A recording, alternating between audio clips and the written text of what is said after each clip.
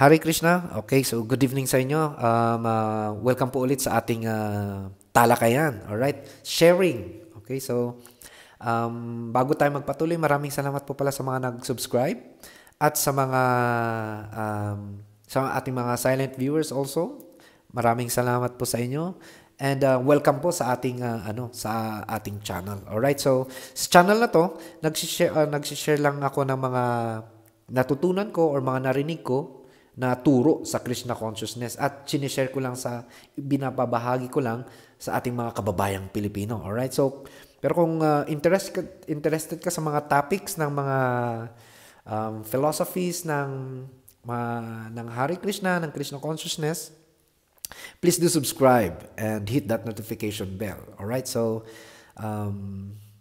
okay, so magpo-proceed tayo. Ang ating topic ngayon pala ay sino si Sri Chaitanya Mahaprabhu?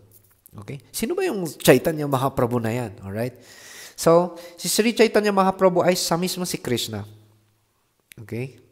Na nag-appear siya sa mundo na to para magbigay ng example, para magpakita ng example kung paano maging isang devotee ng Diyos, maging devoto ng Diyos, maging pure devotee.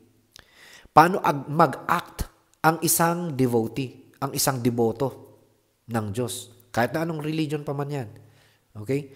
So, dahil nga sa age na nararanasan natin ngayon, marami ng hypocrites. Hipokrito. Alright? So, makikita nyo din dun sa pastime ni Jesus Christ. Di ba? Maraming hypocrites dun sa di ba? Yung mga ayun, sa mga Christians, alam nila yun, no? And hanggang ngayon, marami pa rin. No? May mga nagpapanggap pa nga na, ako yung incarnation ni Jesus Christ, di ba?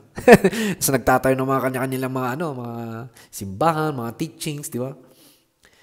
And so, maraming hypocrites sa age na to. Kaya sa Sanskrit or sa Vedas, yung age na to ay tinatawag na the age of quarrel and hypocrisy. In Sanskrit, Kali Yuga. Age of quarrel and hypocrisy. Quarrel. Quarrel means nag-aaway-away, di ba? So, hindi, ang religion mo ito, hindi. Ang religion mo pangit, di ba? Religion namin maganda, pogi, di ba? O kaya, yung religion nyo, gawa ni Satanas yan, di ba? Hindi, yung religion nyo ang gawa ni Satanas. Ito, ayon dito sa, di ba? May mga ganun, di ba? Nag-aaway-away, di ba? Hindi, ang tunay na religion, ito yung religion namin. Hindi lang sa religion, kahit na anong klase ng related sa buhay, pamumuhay, di ba? Sa community, di ba? Maraming klase ng away, di ba? Hindi kayo pwedeng pumunta dito sa bansa namin, di ba? May mga racism, ganun, may mga iba't ibang klase ng quarrel. Meron nga nagpatayan dahil lang sa sa tuyo. Di ba? Sa isang tuyo lang. Inulam mo yung ulam ko, di ba? Tinabi ko yan. Tapos pinukpok ng di ba? Quarrel. Iba't ibang klase ng quarrel, no? Makikita niyo. And hypocrisy. Hypocrisy, maraming hypocrites, no? So hindi ko sinasabing hindi ako hypocrite. Actually isa lang akong hindi ako pure devotee sa Krishna consciousness. Simpleng mamamayan lang din ako. Sinishare ko lang sa inyo, baka mamaya. Malay nyo, magkaroon kayo ng, interesting yung sinasabi nito. So, baka malay ko, baka gusto nyo rin, parang maganda pumunta sa Hare Krishna para mapakinggan. Para makinig kayo sa mga high-class devotees. Ako, low devotee lang tayo. Lang po ako, kamote. Kamote lang. So, inuulit ko lang kung ano yung narinig ko. So, malay nyo na baka magkaroon kayo interest, di ba? Yun lang naman. Yun lang naman yung dito sa channel na to. Just sharing lang. Alright? So, and also, hindi ako nagpipreach dito. I'm just nagsishare lang tayo. Okay? Nagdi-discuss lang tayo ng topic, magandang topic, di ba? Okay, so hindi ako nagpipreach. Alright? Etong channel na to is not about preaching. It's just about sharing kung ano ang Krishna consciousness at baka magkaroon ka ng interest, you can inquire, ganon. And pwede ko kayong dalhin sa mga mas higher devotees na mga talagang nagpa-practice ng Krishna consciousness, mga stricto, ganon. Katulad ng guru ko, ganon. Pwede ko kayong ipakilala sa aking gurudev, may questions kayo, ganon. Katulad ng last week yata, dumating siya. So ngayon, nasa na yata siya, Malaysia ulit. Ayun. So then, after nun, pupunta na ng India for Navadvip Parikrama. Alright, so,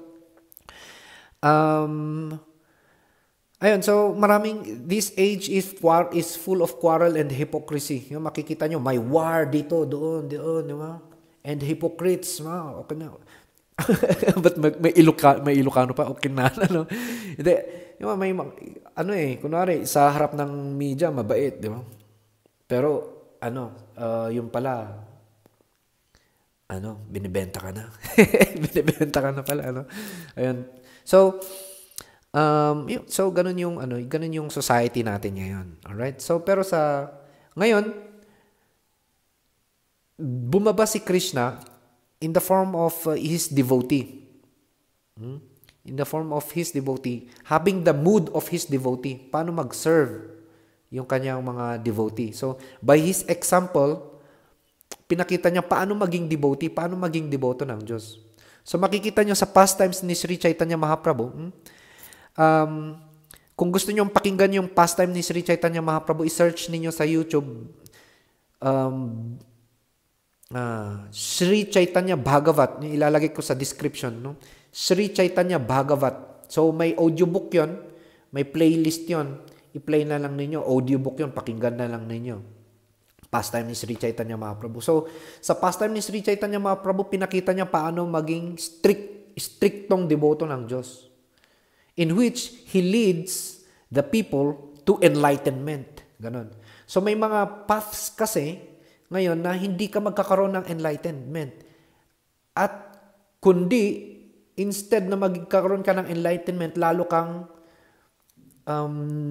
kang nagiging materialistic. Ganon. So now, pinakita ni Sri Chaitanya Mahaprabhu kung paano maging pure devotee. And syempre, naging marami din siyang followers. And then, doon na na-establish yung Krishna consciousness. Pero actually, itong Krishna consciousness ay hindi nagsimula nung time ni Mahaprabhu. Eternal to. Eternal, sanatan dharma. So, like, itong Krishna consciousness is like a lotus, no? So, sa lotus, first yun, buds. Nakaganyan siya, hindi pa nakabukas. So, may mga stages yan, di ba? Yung unti-unti nang bumubukas yung lotus. Ngayon, yung age na to, Kali Yuga, ay itong Krishna consciousness is completely blossomed na marami na siyang, it can attract bees. Yung mga, di ba, makita nyo mga flowers, yung mga sunflower, di ba, dinudumog yan ng mga bee, honey bee. So, the same way, yung lotus flower, dinudumog yan ng mga honey bees, di ba? So, yung mga honey bees na yan, ito yung mga soul, tayo. And yung lotus na to is, ito yung Krishna consciousness. Ito yung si Krishna mismo. So, siniwalat ni Sri Chaitanya Mahaprabhu, siya yung nag-open, siya yung nagbukas ng gate, ng pinto, sa path ng Krishna consciousness. So, na pwedeng pumasok kahit sino. Kahit Muslim ka, kahit Kristiyano ka, kahit Pilipino ka, Chinese ka, Russian ka, kahit ano ka pa. Kahit hayop ka pa. Aso, pusa, lahat. Pwede. Lamok. Pati lamok, no? Lahat ng entities pwedeng sa path ng... Mapita nyo, sa pastime ni Mahaprabhu, meron nga din yung nag-chant siya ng Hare Krishna Mahamantra sa forest, yung mga tigers, lions, yung mga deers, yung mga ahas, crocodile, ibon, lahat nag-chant din ng Mahamantra, nagyakapan pa yung mga hayop. Diba?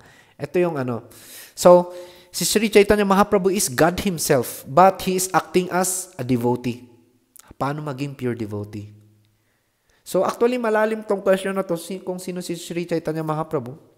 So, ito, lang siya, basic lang na Then, if we go more deeper, like, mostly yung mga devotees lang talaga makakaintindi. So, ang lang naman natin talaga is, syempre, kailangan magkaroon lang muna ng konting, yung mga kababayan nating Pilipino, na yung mga basic na lang, para magkaroon lang ng impression or idea, ang Krishna consciousness. So, actually, meron pang mas malalim na reason kung bakit nag-appear si Krishna as Sri Chaitanya Mahaprabhu. Alright? So, ang basic niyan is that, first, pinakita niya, paano maging pure devotee, paano ang maging purong deboto ng Diyos.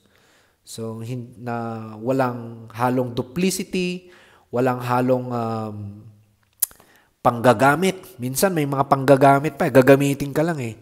Sumali ka sa simbahan namin. Sigurado. Pag sumama ka sa simbahan namin, sigurado, magkakaroon ka. I guarantee you. Sasabihin pa sa'yo. I guarantee you na pag sumama ka sa religion namin, sa simbahan namin, sa heaven, magkakaroon ka ng 1 million na virgin na babae. Hindi Virgin Mary, sorry. Magkakaroon ka ng 1 million na virgin girls. Alright? At bibigyan kita ng 1 billion hectares sa heaven. Sumali ka lang sa religion namin. Mag-register ka. At, siyempre, para magkaroon ka ng devotion at makuha mo yung promise ng aming simbahan, magbigay ka ng donation every linggo.